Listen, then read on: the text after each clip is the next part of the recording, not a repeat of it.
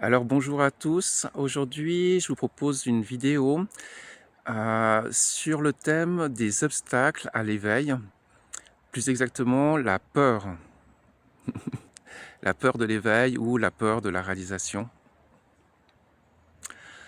Parce que voilà, ça c'est quelque chose que j'ai bien vu, c'est que chez tous ceux qui cherchent l'illumination, l'océan de lumière, le nirvana, etc.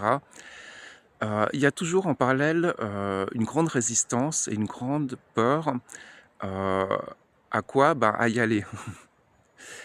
Parce que, voilà, on est un peu comme un petit enfant qui voit la piscine, qui est très attiré par ça, par l'eau, mais, au moment où de rentrer dans l'eau, il y a quelque chose qui dit non.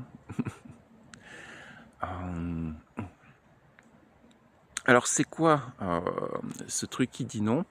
En fait, c'est simple, c'est que on s'est identifié à un personnage et c'est vrai que, dans l'éveil ou, plus simplement disons hem, dans une réalité dépourvue de sujets et d'objets, c'est sûr que l'identification au personnage, ne peut pas exister. Elle peut pas se maintenir. Donc,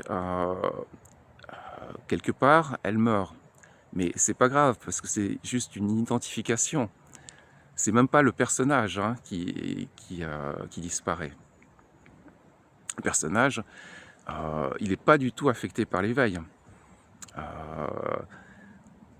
ça n'a aucune influence. Je veux dire, la réalisation de l'éveil n'a aucune influence, sur la vie du personnage.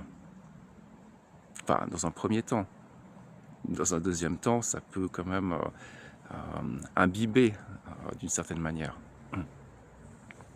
Donc qu'est-ce qui nous retient? Qu'est-ce qui nous bloque?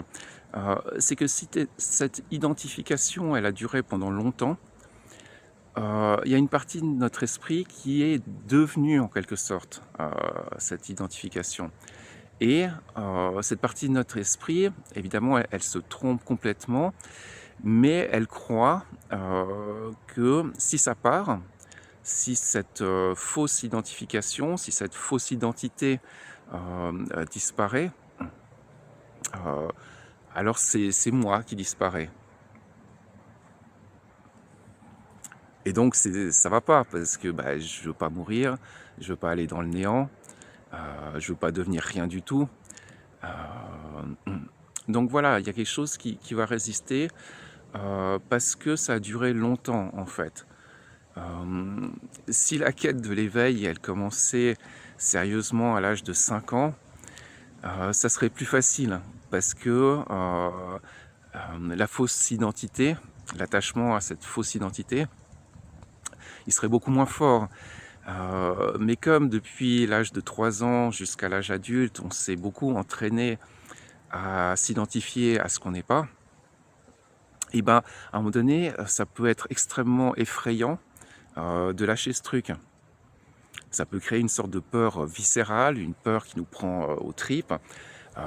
«Non, non, je veux pas disparaître, non, je veux pas être, anéanti» ou «Je veux pas perdre le libre arbitre» ou «Je veux pas perdre le contrôle», c'est ce qui est la même chose.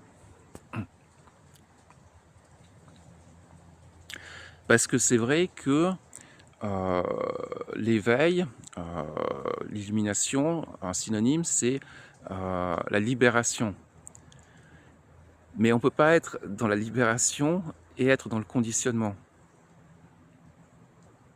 Et en fait, je crois que c'est ça qui fait le plus peur à une partie de notre esprit, c'est de vivre sans aucun conditionnement,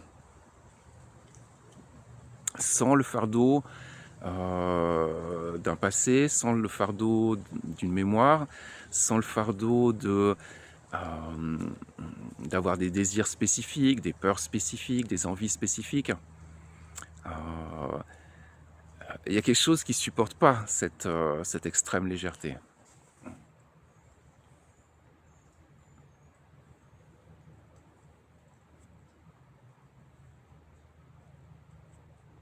Donc en définitive, qu'est-ce qu'il faut faire?